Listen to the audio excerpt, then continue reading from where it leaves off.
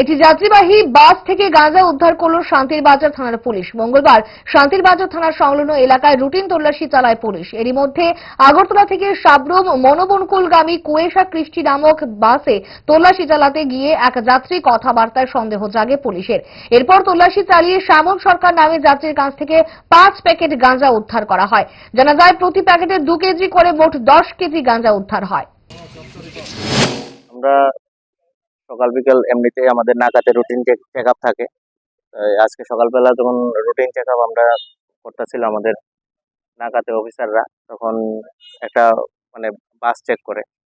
এই বাসটার নাম কুয়েশা কৃষ্টি, আর বাসের নাম্বার TR071208, সাবরুমের বাস।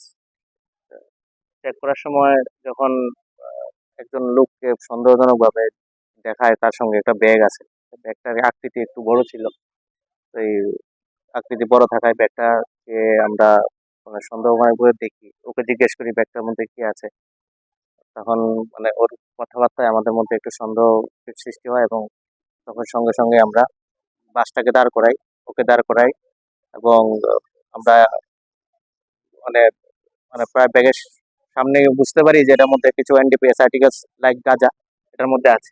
তখন আমরা সঙ্গে সঙ্গে আমাদের লোকাল DCM স্যার, মানে এক্সিকিউটিভ ম্যাজিস্ট্রেট, তারপর আমাদের SDPO স্যার, এবং আমাদের এখানে যে SFSL টিম ডিস্ট্রিক্টে, সেখানে সবাইটিকে ডাকাই।